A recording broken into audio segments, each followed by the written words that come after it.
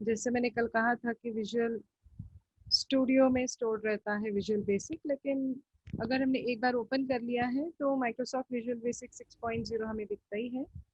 और जब हम इसको क्लिक करते हैं ओपन करने के लिए तो न्यू प्रोजेक्ट दिखाई देता है। न्यू प्रोजेक्ट तो आज मुझे नहीं बनाना है, I just want to continue with yesterday's project.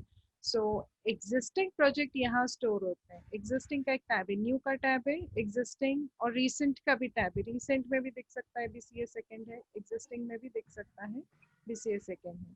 So BCA second का कल का ही मैं जो प्रोजेक्ट बना रही थी उसी को कंटिन्यू कर रही हूँ। और यहाँ अगर हम देखें तो मैंने जो एग्जिस्टिंग प्रोजेक्ट ओपन किया है वो दिखाई नहीं दे रहा है उसका फॉर्म। तो यहाँ क्लोज्ड है सब। प्रोजेक्ट का नाम है बीसीए सेकेंड और उसके फॉर्म्स यहाँ डबल क्लिक करने से हमें दिखते हैं। तो फॉर्म 2 डिज़ाइन किया था, the latest one was form 2, जिसमें मैंने 2 कलर्स में फॉर्म को चेंज किया था। जैसे रेड के बटन पे अगर मैं क्लिक करूँ तो रेड बैकग्राउंड आता है, ब्लू पे क्लिक करूँ तो ब्लू बैकग्राउंड आता है। तो फॉर्म का बैकग्राउंड चेंज करने के लिए उसकी बैक कलर नाम की प्रॉपर्टी है, उसके थ्रू हम ये कर रहे हैं। अगर हम रेड का कोडिंग देखें तो यहाँ मैंने लिखा था form 2 dot back colour equals to VB red. Why VB red?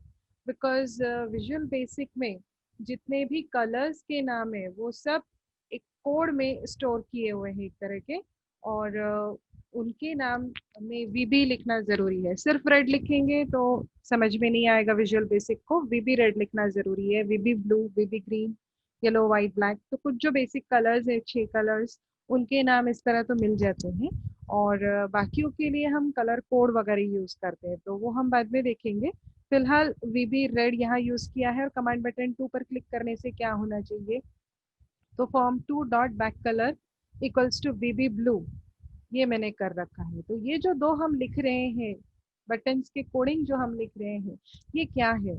ये है इवेंट सब प्रोसीजर्स। ये प्रोसीजर्स हैं। कमांड 1 या कमांड 2 पर क्लिक करने से क्या होना चाहिए बताने वाले ये प्रोसीजर्स हैं। तो इन्हें इवेंट सब प्रोसीजर कहा जाता है।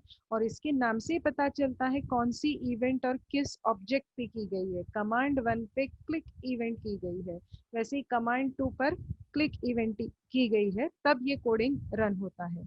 सो यहाँ पर अब हम इसको थोड़ा इस फॉर्म को चेंज करेंगे, क्योंकि मुझे आपको दिखाना है कि क्लिक के अलावा भी कोई इवेंट्स होते हैं।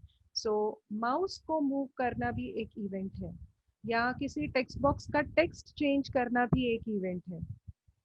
और माउस का बटन जो है उसे लेफ्ट बटन, राइट बटन, इनको प्रेस करना, रिलीज करना, दीज आर ऑल्सो इवेंट्स। और कीबोर्ड का जो की है उसको प्रेस करना, ये भी एक इवेंट है। तो इन सब के लिए हम प्रोग्रामिंग कर सकते हैं।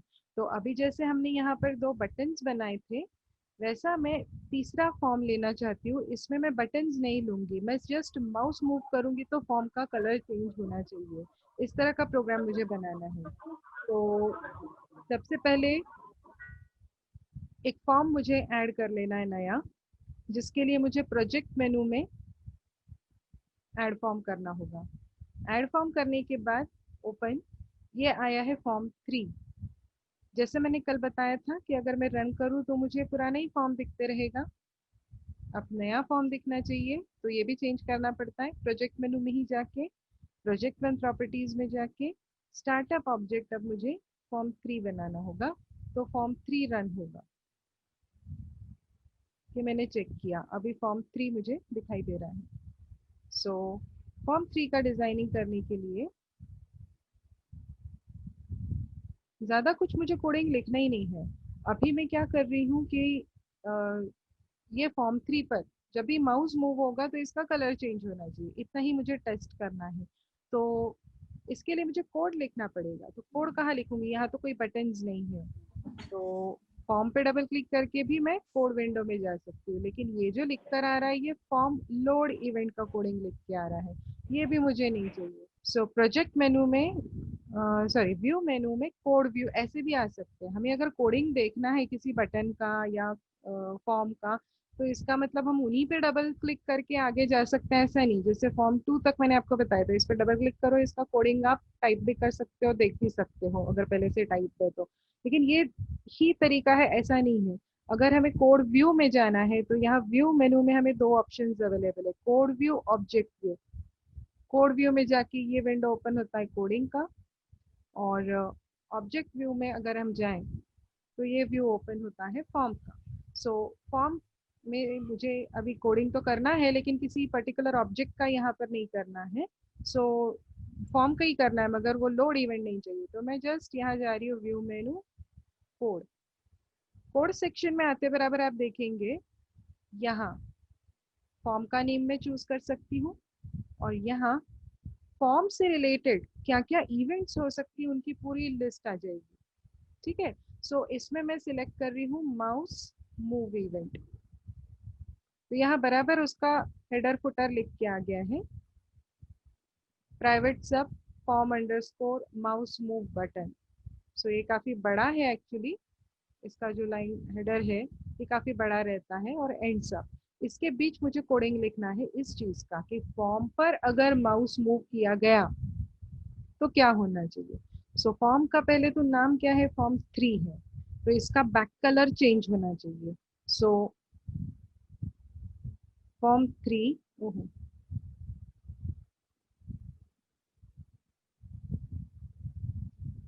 डॉट बैक कलर, डॉट लिखते बराबर सारी प्रॉपर्टीज भी उसकी लिस्ट आउट हो जाती है, उनमें से मैं चूज कर रही हूँ बैक कलर, और ये मुझे चाहिए अभी वीबी ग्रीन।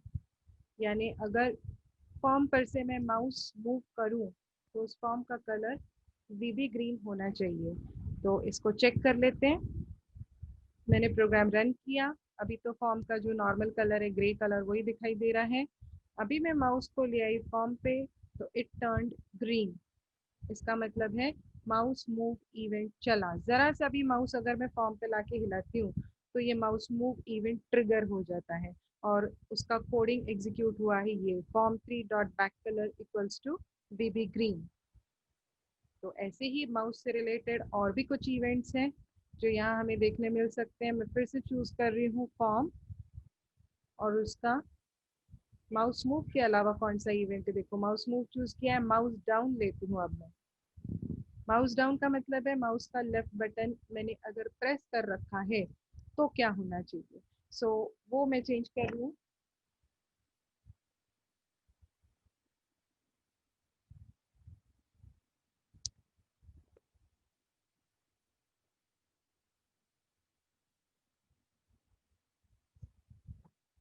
मैं सेट कर रही हूँ वीबी ब्लू कलर फॉर्म 3 पर, मतलब जो फॉर्म मुझे दिख रहा है इस वक्त उस पर अगर माउस लाकर उसे प्रेस किया जाए उसका बटन, लेफ्ट बटन, तो उसका कलर वीबी ब्लू हो जाना चाहिए।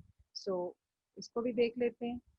ये तो फॉर्म ग्रीन हुआ ही क्योंकि मैंने जैसे ही प्रोग्राम रन किया, माउस इतना सेंसिटिव है कि थोड़ा बहुत वो हिलता ही है, तो वो ग्रीन हो गया। अब मैं फॉर्म पे अपने लेफ्ट बटन को माउस के प्रेस कर रही हूँ तो ये थोड़ी देर के लिए ब्लू हो गया, अब मैंने छोड़ दिया तो वापस ये ग्रीन हो गया। जितना देर मैंने माउस का बटन प्रेस कर रखा है ये ब्लू कलर का दिख रहा है।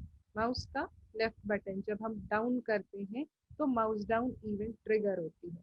ठीक है, अब मैं माउस को जैसे ही रिलीज कर रही हूँ तो वापस ये हिलता है रिलीज करते वक्त, इसलिए वापस ग्रीन कलर भी आ रहा है। एक और है इसका इवेंट, वो भी देख लेते हैं। मैं दोबारा चूज कर रही हूँ फॉर्म, और यहाँ से चूज कर रही हूँ अभी इवेंट माउस अप। जैसे माउस डाउन है, माउस रिलीज करने का मतलब है उसका लेफ्ट बटन रिलीज करने का मतलब है माउस अप इवेंट यहाँ पे ट्रिगर होती है। तब क्या होगा देखते हैं।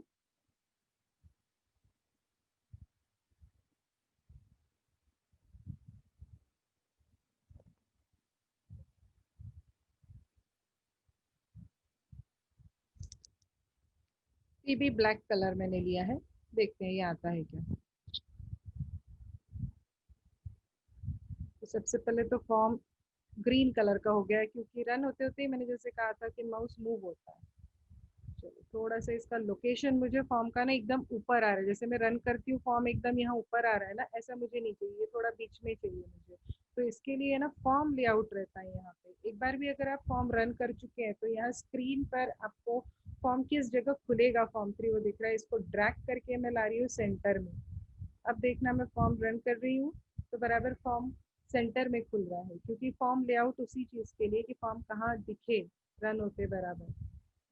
यहाँ सेंटर में मैंने सेट किया, उस हिसाब से अभी फॉर्म सेंटर में आ रहे हैं। अब देखो माउस में ले आई यहाँ तो माउस मूव इवेंट हुआ। अब ये मैंने डाउन किया तो ब्लू कलर हुआ, अप किया तो एक्चुअली ब्लैक दिखना चाहिए, लेकिन वो नहीं दिख रहा है क्योंकि मेरा माउस हिलता है। जब भी मैं रिलीज करती हूँ तो हल्का सा माउस हिलता है, उस वजह से वो ब्लैक कलर यहाँ मैं दिखा नहीं पा रही हूँ आपको। तो ये प्रॉब्लम बताने के लिए मैंने ये जानबूझ के किया कि माउस बहुत सेंसिटिव होता है। तो माउस डाउन इवेंट तो अपन प्रेस करके रखते हैं इसलिए वो मिल जाता है हमें, लेकिन माउस मूव के साथ माउस अप जो है ये कोइंसाइड होता है। ठीक है, माउस अप जो है ये माउस मूव के साथ कोइंसाइड हो रहा है, क्योंकि जब जब मैं रिलीज कर रही हूँ हल्का सा क्यों ना हो माउस हिलता भी है। तो ये जो माउस मूव इवेंट है ये माउस अप इवेंट को कोइंसाइड हो रहा है या एक तरह से उसको ओवरटेक कर रहा है, तो वो ब्लैक कलर हम देख नहीं पा रहे हैं। तो माउस से रिलेटेड मैंने अभी आपको 3 इवेंट्स दिखाई, एक है माउस मूव, एक है माउस अप, एक है माउस डाउन। लेकिन अगर आपने माउस मूव सेट कर रखा है तो माउस अप कई बार आपको नहीं दिखेगा। अब मैं एक काम करती हूँ, माउस मूव में हटा देती हूँ, माउस मूव इवेंट ही मैं डिलीट कर रही हूँ। अब देखते हैं, ये मैंने माउस लाया फॉर्म पे हिला रही हूँ, कुछ नहीं हो रहा है। अब मैंने माउस डाउन किया है, अब मैंने माउस अप किया है, अब आपको ये ब्लैक कलर नजर आ रहा होगा। ठीक है, सो ये अप का जो है माउस अप का इवेंट ये अब कोइंसाइड नहीं हो रहा है किसी दूसरे इवेंट के साथ, तो अब बराबर हमें इसका कलर ब्लैक नजर आ रहा है। तो इस तरह से ये 3 इवेंट्स हैं माउस की जो जिसका हम प्रोग्रामिंग करके रख सकते हैं। ये बहुत मैंने मीनिंगफुल कुछ करके दिखाया ऐसा नहीं है, लेकिन मुझे यूज करके दिखाना था कि mouse move, mouse up, mouse down, इन सब के लिए हम कुछ ना कुछ कोडिंग करके रख सकते हैं। तो जब जब ये एक्टिविटी सामने बैठा हुआ यूजर आपके फॉर्म पे करेगा तो ये कलर्स इस तरह से चेंज होंगे। अब कलर चेंज नहीं करना है तो आप दूसरी कोई चीजें इसमें कर सकते हैं। माउस मूव होने पे कोई और काम करना है, किसी तरह का कैलकुलेशन करना है, ये भी हम कर सकते हैं, बट वो थोड़ा कम यूज होता है, इस तरह से हम करते ही नहीं है। सो अभी मैं इसको क्लोज कर रही हूँ। ये फॉर्म 3 था और इसका जो कोडिंग है ये मैं वापस आपको लिख के भेज दूंगी। तो माउस एक इम्पॉर्टेंट चीज़ है, इनपुट जिससे हमें मिलता है किसी भी विंडोज़ बेस्ड एप्लीकेशन में।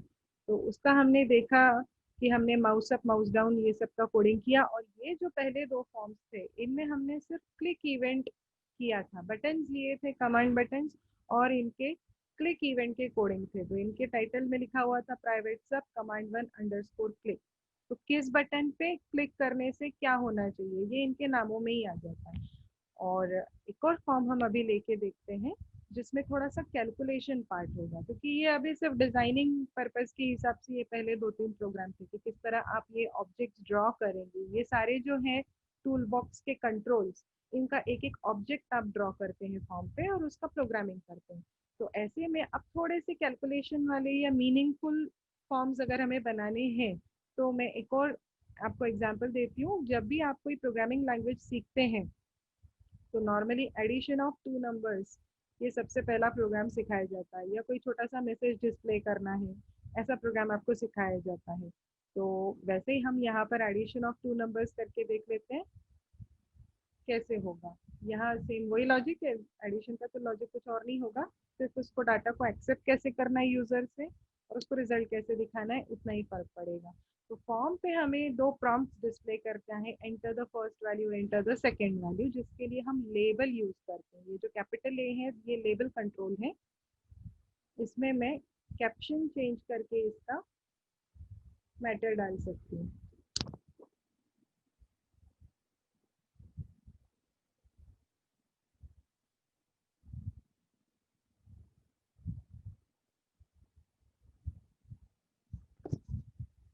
एंटर द फर्स्ट नंबर, दूसरा लेबल लिया है, उसका कैप्शन चेंज कर रही हूँ।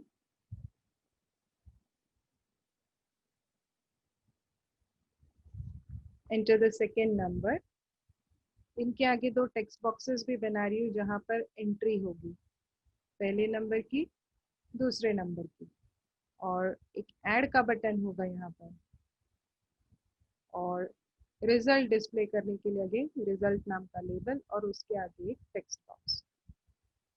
तो कमांड बटन का भी कैप्शन चेंज कर लेती हूँ।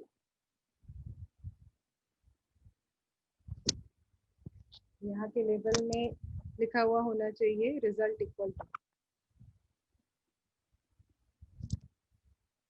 और ये जो तीनों टेक्स्ट बॉक्स है इनके बॉक्सेस खाली होने चाहिए। तो टेक्स्ट 1 को क्लिक किया है मैंने, इसका टेक्स्ट प्रॉपर्टी रहता है, कैप्शन नहीं रहता है, उसे मैं खाली कर ले रही हूँ। टेक्स्ट 2 का भी टेक्स्ट प्रॉपर्टी खाली कर ले रही हूँ। सो ये हम लोग देख रहे हैं टेक्स्ट 3, टेक्स्ट 3 का भी टेक्स्ट मिटा रही हूँ मैं, और तीनों टेक्स्ट बॉक्सेस खाली हो गए। अब जब भी मैं फॉर्म रन करूंगी तो फॉर्म इस तरह कुछ दिखेगा। इन सबके फॉन्ट साइजेस बड़े करना जरूरी है, अदरवाइज ये ऐसा छोटा छोटा ही दिखते रहेगा। सो इसके सब के एक साथ हम फॉन्ट साइज चेंज कर सकते हैं। मैं इस फॉर्म को क्लोज कर रही हूँ, सारे कंट्रोल्स अब मैं सिलेक्ट कर रही हूँ यहाँ पर।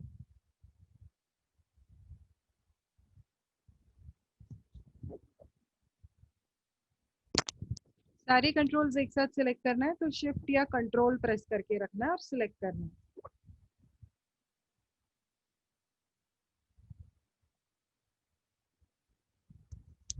सारे सिलेक्ट हो गए हैं और इनका फॉन्ट साइज में चेंज कर रही हूँ इस तरह से। और कल जैसे मैंने कहा था इनका थोड़ा अलाइनमेंट भी हमने करना चाहिए, या इनका साइज एक जैसा कर लेना चाहिए।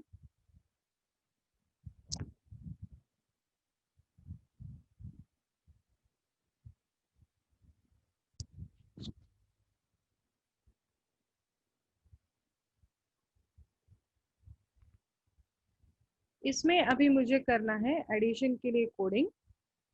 तो ऐड बटन पे मैं डबल क्लिक कर रही हूँ, या फिर मैं जैसे अभी पहले बता रही थी व्यू मेनू में जाके कोड सेक्शन में हम जा सकते हैं। यहाँ हमें दिखाई देता है कि इस वक्त फॉर्म पे कौन से ऑब्जेक्ट्स है। खुद फॉर्म है, उस पर एक कमांड बटन है, ये 3 लेबल हैं और ये 3 टेक्स्ट बॉक्सेस है। इसमें से मुझे कमांड बटन 1 का कोडिंग करना है। तो कमांड 1 चूज करते बराबर अपने आप ये लिख के आ गया, और उसका डिफॉल्ट जो सिलेक्ट कर रखा है इवेंट वो है क्लिक, तो मुझे यहाँ से चूज नहीं करना पड़ा। तो यहाँ हम क्या करेंगे कि टेक्स्ट बॉक्स 1 में जो भी मैटर डाला जाएगा उसे मैं वेरिएबल ए में लूंगी, टेक्स्ट बॉक्स 2 में जो मैटर डाला जाएगा उसे वेरिएबल बी में लूंगी, और उनको ऐड करके रिजल्ट जो है वो टेक्स्ट बॉक्स 3 में दिखाऊंगी। तो इनके लिए मुझे वेरिएबल्स लगेंगे। So how to declare variables?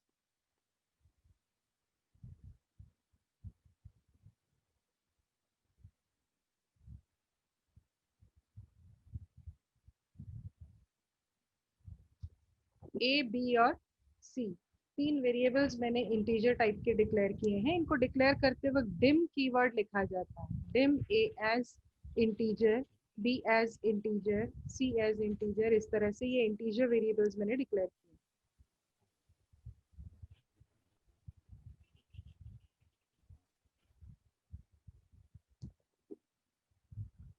फिर यहाँ पर वेरिएबल ए में क्या स्टोर करना है, टेक्स्ट 1 में यूजर जो टेक्स्ट डालेगा वो स्टोर करना है।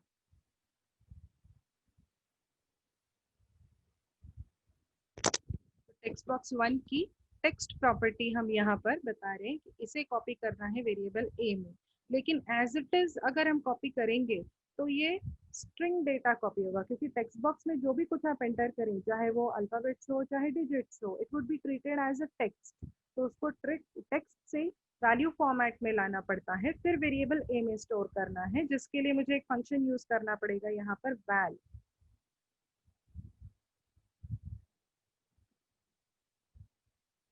मतलब टेक्स्ट बॉक्स 1 से जो भी मुझे टेक्स्ट मिलेगा it would be converted in value format first and then it would be stored in variable b। तो इसी को मैं कॉपी कर ले रही हूँ वेरिएबल, अच्छा ए में स्टोर किया था, अब वेरिएबल बी के लिए मैं करूँगी यहाँ बी, और यहाँ टेक्स्ट बॉक्स 2, टेक्स्ट बॉक्स 2 से आने वाला डाटा वेरिएबल बी में स्टोर करना है। अब दोनों वेरिएबल्स में डाटा आ गया, इनका एडिशन करना है। एडिशन का रिजल्ट मैंने वेरिएबल सी में स्टोर किया है, इसको टेक्स्ट बॉक्स 3 में कॉपी करना है।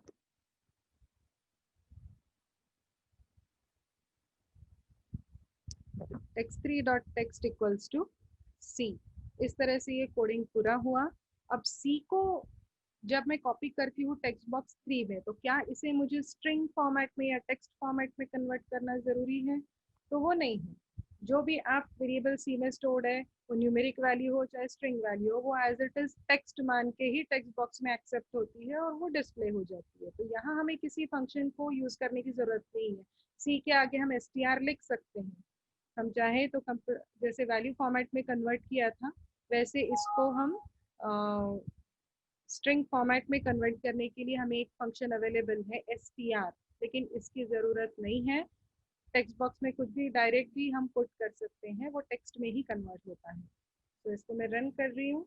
अभी एंटर द फर्स्ट नंबर कहाँ है, तो यहाँ मैं वैल्यू डाल रही हूँ 4, यहाँ पे दूसरी वैल्यू डाल रही हूँ मैं 10 और ऐड कर रही हूँ, तो मुझे रिजल्ट मिल रहा है 14। ये टेक्स्ट बॉक्स 1 था, ये टेक्स्ट बॉक्स 2 है, ये टेक्स्ट बॉक्स 3 है। लेकिन इन तीनों में टेक्स्ट जो है एकदम लेफ्ट अलाइंड है। तो ये अलाइनमेंट सेट करने के लिए इन तीनों का मुझे अलाइनमेंट सेंटर करना है। तो मैं तीनों टेक्स्ट बॉक्स सिलेक्ट करूंगी।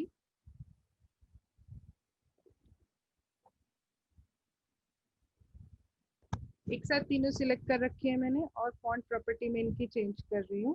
सॉरी, फॉन्ट नहीं, मुझे अलाइनमेंट चेंज करना था। अलाइनमेंट इनका मैं कर रही हूँ सेंटर अलाइन। अब देखते हैं।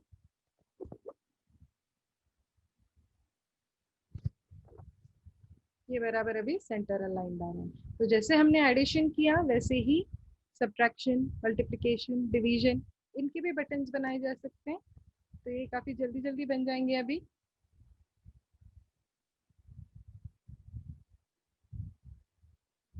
ये ऐड के बटन को मैं इधर शिफ्ट कर ले रही हूँ। इसका कैप्शन में सिर्फ प्लस कर ले रही हूँ, कॉपी नहीं करना है उसी को। दूसरा बटन ड्रॉ किया, तीसरा किया, चौथा किया।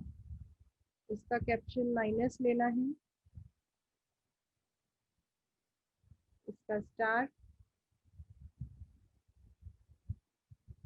और इसका स्लैश। चारों बटन एक साथ सिलेक्ट कर रही हूँ मैं। सबसे पहले तो फॉर्मेट मेनू में जाके सबको मेक सेम साइज कर लिया। अब इनका फॉर्मेट मेनू में जाके अलाइन टॉप्स कर लेती हूँ। सबकी जो ऊपर का लाइन है एक साथ आ जाना चाहिए। इनका अलाइनमेंट आ गया एक साथ। फॉर्मेट मेनू में ही हमें अवेलेबल है वर्टिकल स्पेसिंग या हॉरिजॉन्टल स्पेसिंग, मेक इक्वल। तो सबके बीच की गैप भी इक्वल हो गई और सबका फॉन्ट साइज भी एक जैसा होना चाहिए। तो मैंने फॉन्ट प्रॉपर्टी भी इसकी चेंज कर ली। अब इनका बचा कोडिंग। माइनस पे डबल क्लिक कर रही हूँ मैं। ये आ गया command two underscore click. Same यही वेरिएबल्स मुझे चाहिए, सेम ऐसे ही कोडिंग चाहिए। मैं कॉपी कर लेती हूँ। सिर्फ प्लस की जगह माइनस लिखना है। तो चेक करते हैं ये हुआ क्या।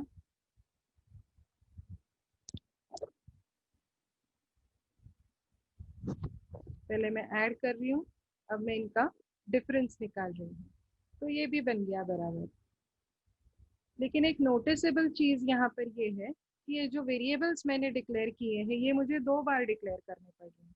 हम सी प्लस प्लस में एक कॉन्सेप्ट सीखते हैं ग्लोबल वेरिएबल्स का, यानी ऐसे वेरिएबल्स जो मेन फंक्शन के बाहर डिक्लेयर किए जाते हैं, ये कहीं पे भी प्रोग्राम में यूज हो सकते हैं। तो इसको 2 बार डिक्लेयर करने की जरूरत नहीं है फंक्शंस में। दोनों दोनों प्रोसीजर्स में अलग अलग से एक ही बार डिक्लेयर करो, बाहर ही डिक्लेयर करो। सी लैंग्वेज में इन्हें ग्लोबल वेरिएबल्स कहा जाता था, यहाँ इन्हें मॉड्यूल लेवल वेरिएबल्स कहा जाएगा। तो अब ये किसी भी कोडिंग में यूज होंगे इस फॉर्म के। सो अब मैं ले लेती हूँ फिर से स्टार। यहाँ पे सेम कोडिंग कॉपी कर लेती हूँ और स्लैश। यहाँ पे भी सेम कोडिंग कॉपी कर लेती हूँ। यहाँ पे मुझे मल्टीप्लिकेशन करना है, यहाँ मुझे डिवीजन करना है। ये भी देख लेते हैं।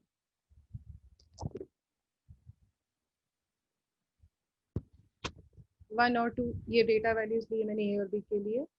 ये है उसका एडिशन, मतलब सम, ये है डिफरेंस, ये है प्रोडक्ट, ये है क्वोशिएंट। यहाँ गड़बड़ हो गई है क्योंकि 1/2 देखा जाए तो इसमें फ्रैक्शनल पार्ट आता है 0.5, मगर ये यहाँ फॉर्म ही नहीं हुआ है because both the operands were of integer type. तो रिजल्ट यहाँ पर इंटीजर पार्ट तक ही फॉर्म हुआ है। लेकिन ये ऐसा सी का रूल है, सी प्लस प्लस का रूल है कि when both the operands are of integer type result would also be formed in integer type. यहाँ ऐसा नहीं है, यहाँ बराबर 0.5 रिजल्ट फॉर्म हुआ है, लेकिन वेरिएबल सी इंटीजर मैंने ले रखा है, उस वजह से ये रिजल्ट पूरा फॉर्म होने के बावजूद स्टोर नहीं हुआ है। तो सी को अब मुझे थोड़ा सा अलग लेना पड़ेगा, इंटीजर ना लेते हुए इसे फ्लोट टाइप की, रियल टाइप की वैल्यू स्टोर करने लायक वेरिएबल बनाना है। तो विजुअल बेसिक में डाटा टाइप है सिंगल। सिंगल डाटा टाइप से हम फ्लोट जैसे यानी रियल वैल्यू स्टोर करने वाले वेरिएबल डिक्लेयर करते हैं। तो ये दो इंटीजर रहने दिए मैंने, सी सिंगल इसलिए किया है बिकॉज डिवीजन का करेक्ट रिजल्ट स्टोर नहीं हो रहा था। तो अब देख लेते हैं, अब यहाँ बराबर 0.5 आया, न मुझे टाइप कास्टिंग करना पड़ा न कुछ, राइट साइड में रिजल्ट अपने आप करेक्ट फॉर्म हो रहा था। सिर्फ लेफ्ट में स्टोर करते वक्त उसका वेरिएबल करेक्ट टाइप का नहीं था, जो रिजल्ट को सिर्फ 0 तक एक्सेप्ट कर रहा था, इसलिए गड़बड़ हो रही थी। सी सी प्लस प्लस में अगर आपको याद हो तो टाइप कास्टिंग करना पड़ता है। दो लोअर टाइप के अगर आप ऑपरेंड्स लेते हो डिवीजन में और उनको आप सेव करते वक्त, सॉरी, दो लोअर टाइप के अगर आप वेरिएबल्स लेते हो और उनका रिजल्ट अगर आप हायर टाइप का एक्सपेक्ट करते हो तो वहाँ हमें टाइप कास्टिंग करना पड़ता है। टाइप कास्टिंग शायद आप लोग को याद हो, मैं एक बार दिखा देती हूँ, यहाँ वर्ड में ही दिखा देती हूँ।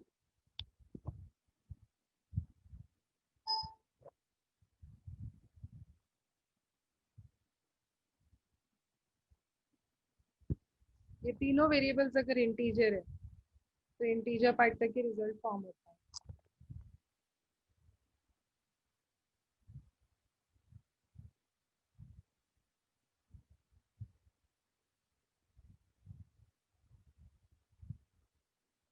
हम ऐसा लिखते हैं, तो वेरिएबल सी यहाँ सी प्लस प्लस में फ्लोट करने के बावजूद इसमें करेक्ट रिजल्ट नहीं फॉर्म होता है, या तो न्यूमरेटर या मतलब डिविडेंड या डिवाइजर, दोनों में से कोई एक फ्लोट होना चाहिए।